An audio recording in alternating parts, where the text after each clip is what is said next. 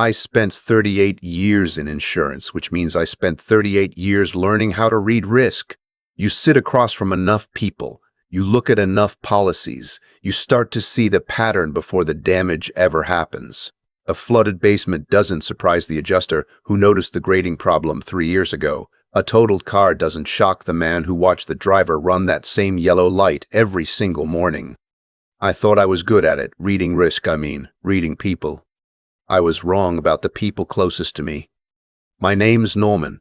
I'm 64 years old. I live, or I used to live, in a 3-bedroom house in Brentwood, Tennessee, the kind of neighborhood where the lawns are always edged and people wave from their driveways and everyone thinks they know everyone else's business. I worked for the same regional firm for my entire career, made senior adjuster by 40, retired with a pension and a handshake and a cake from the office that my wife didn't show up to eat. My wife, Paulette. We were married for 31 years. I want to be careful here, because I'm not trying to villainize her from the first sentence. She wasn't always the woman she became. When we were young, she was funny and sharp, and she used to leave little notes in my lunch bag. Not love notes, just observations. The neighbor's dog looks like a senator. Don't eat the leftover pasta, I already claimed it. Silly things. The kind of things that made me feel like I had a teammate. Somewhere in the 3rd decade, the notes stopped. I didn't notice right away. That's the thing about slow erosion. You don't feel the ground shifting until you're already standing in a hole. Our daughter, Renee, is 33. She married a man named Cody 8 years ago, and I will say this as plainly as I can. I tried with Cody. I tried for a long time. He was the kind of man who spoke in conclusions without ever doing the work to get there. He would walk into a room and tell you what was wrong with it before he'd even sat down. He borrowed $14,000 from us in the first 2 years of their marriage. Startup idea, he called it. Something about a mobile detailing van. And when I asked about repayment 18 months later, he looked at me like I'd asked him to give back a Christmas gift. Paulette told me to let it go. I let it go. Renee and Cody lived 40 minutes away in a rental house that I co-signed for when their applications kept getting rejected. I told myself that was what fathers did. I told myself family was family. The chest pain started on a Wednesday in October.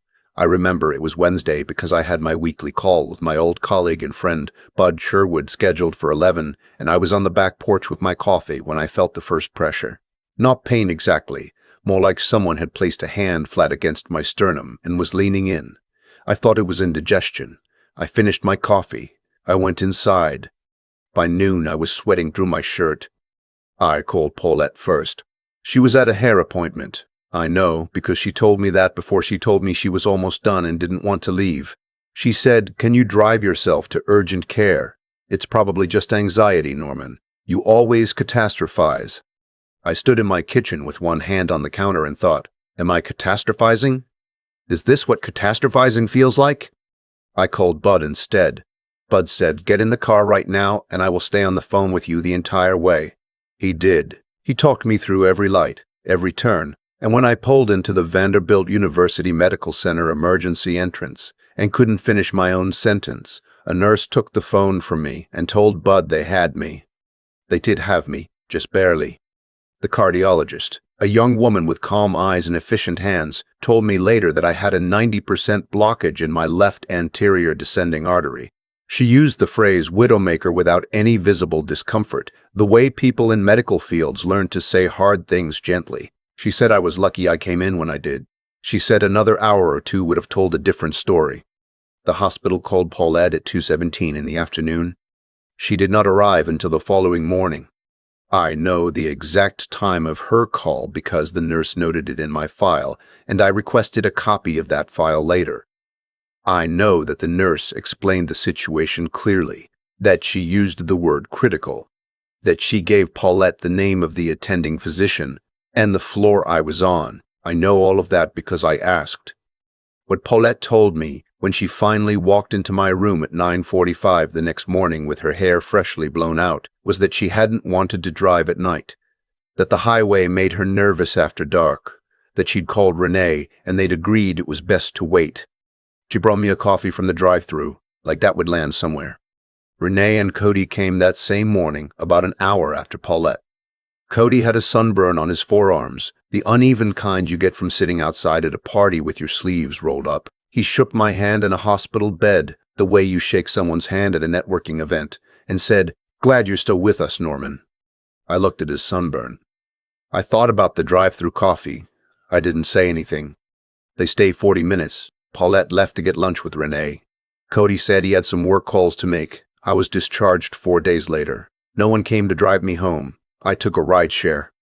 The driver's name was Marcus. I know because I 5-starred him and left a note, the only person I thanked that week. He carried my bag to the door without being asked and said he hoped I felt better. I stood in my own kitchen and stared at the counter I'd held onto 6 days earlier and thought, okay, now I know. The knowing is the strange part, not the grief. I expected some version of grief, but the clarity, the absolute, unfogged clarity of understanding that the people I had built my life around had looked at the situation and made a calculation, and the calculation had not included me as a priority. That was not a misunderstanding. That was information. I started being very quiet after that. I had some sick leave remaining from my partial consulting work, so I had time. I used the time carefully. I had a conversation with Bud, who has a brother-in-law in estate law, and that conversation opened a door. I had a conversation with my bank. 2 conversations, actually, on separate days with separate people, because I wanted to be sure. I pulled my credit report and found a card I didn't recognize, a Cody-adjacent card that had been opened under a joint account Paulette and I had closed years ago, or I thought we'd closed it. $12,400. Restaurant charges. A weekend at a resort in Gatlinburg. Gas. Groceries that were not our groceries. I did not confront anyone. I called the bank. I reported the card. I filed the paperwork. Then I called the attorney. His name was Jeffrey Marsh. Old Nashville family, the kind of man who wears a bow tie without irony and gets things done with a very soft voice. I had written a new will. I had restructured the accounts that were still mine alone, which was most of them, because I had handled the finances our entire marriage, and Paulette had never shown much interest. The house was in both our names, which was a complication Marsh navigated with the kind of calm precision that I imagine surgeons use when they're working close to something important. I did not move fast. I moved correctly. 3 months after my discharge, I told Bud I was moving.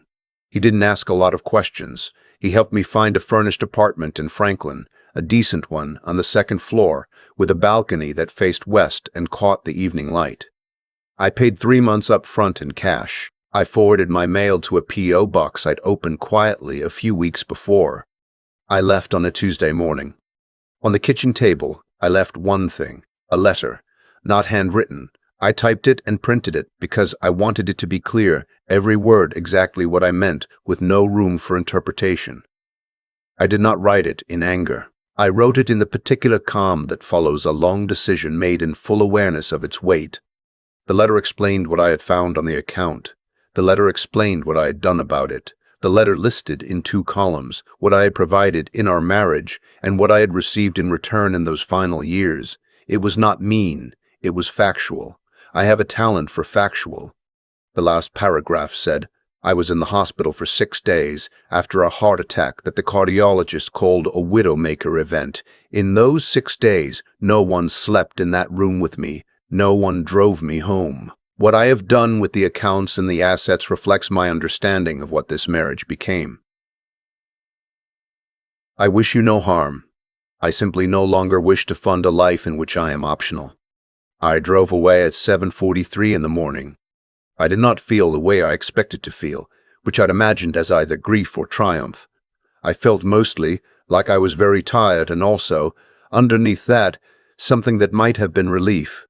The kind of relief that doesn't arrive loudly. It sits down next to you and doesn't say anything, and you realize it's been standing just outside the door for years.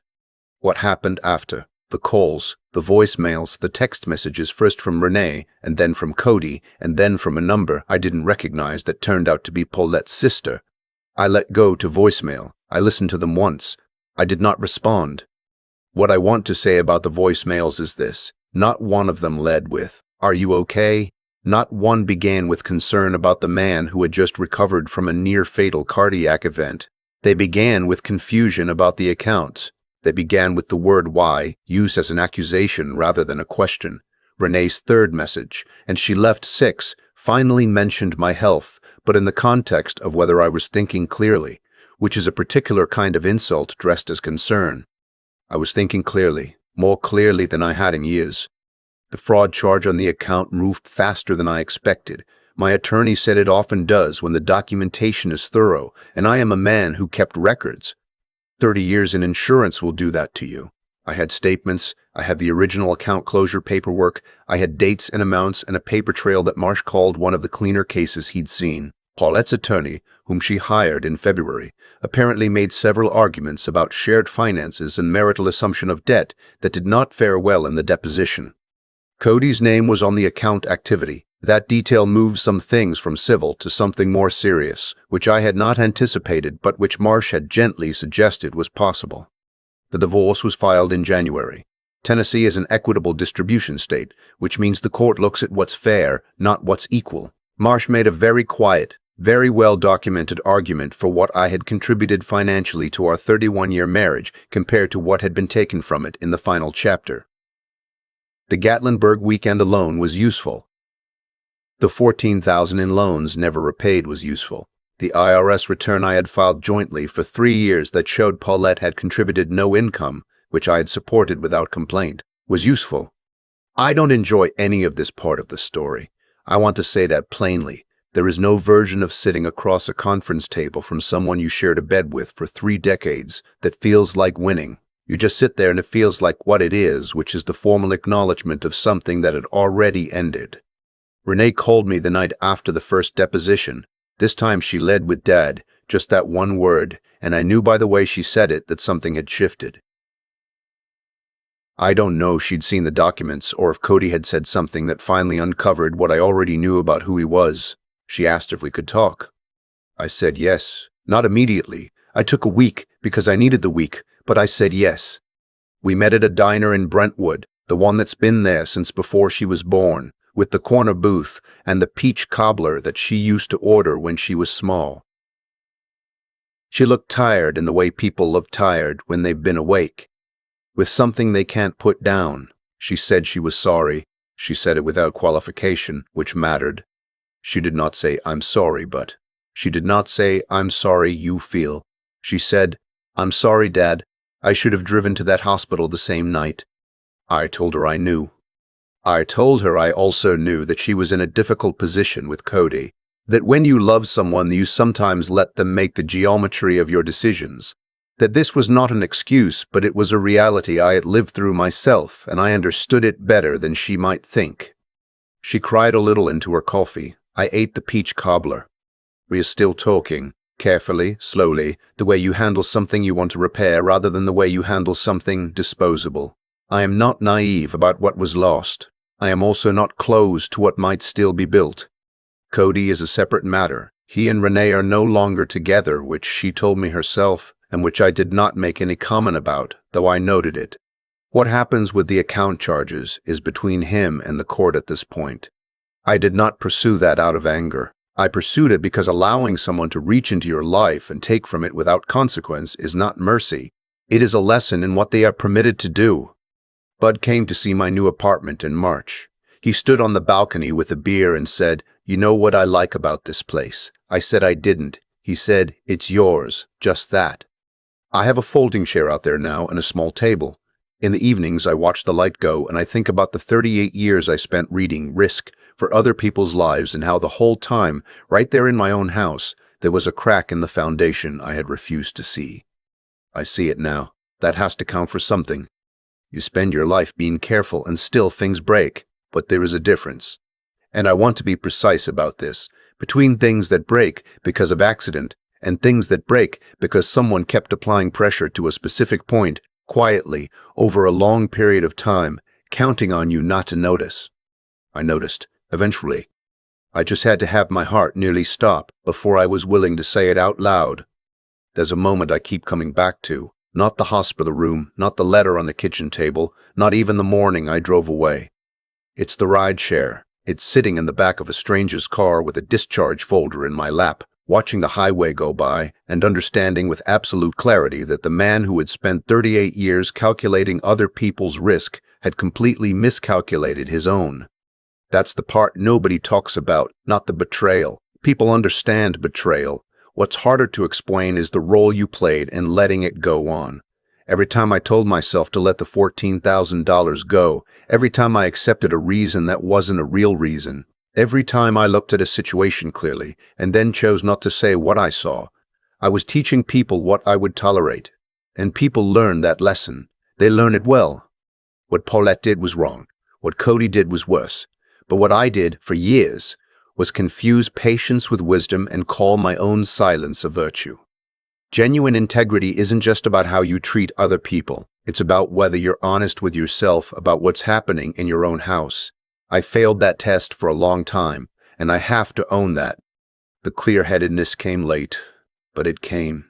After the heart attack, after the coffee Paulette brought like it could cover a night of absence, after Cody's sunburned handshake, I sat in that hospital bed and I made a decision. Not an angry decision, a reasoned one.